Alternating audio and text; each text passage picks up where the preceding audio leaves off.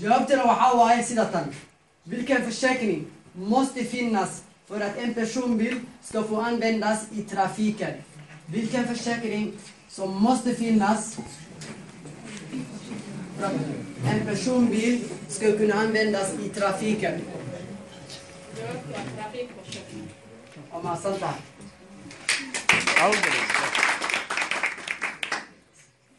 waxaan ku jirnaa gabagabada insha allah mar dhow su-aaleyna waxaan ku jirnaa oo casharka gabagabadiisa jawaabtana su-aasha waxaa iskale markani gruubka ooda iskale waxaana ku-inka noo xisaabinayo waa macalin cabdiraxmaan ama sheekh cabdiraxmaan okay su-aasha sida tan u dhacaysa hal isfacan oo dhegeysto hur lång sträcka kör du på 3 sekunder när du kör i 90 kilometer per timme?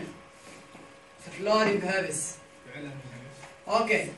Hur lång sträcka kör du på 3 sekunder när du ökar hastigheten, när du kör hastigheten till 90 kilometer per timme? 5 till. Waxaa u baahanahay mitra u baahan in heerka mitra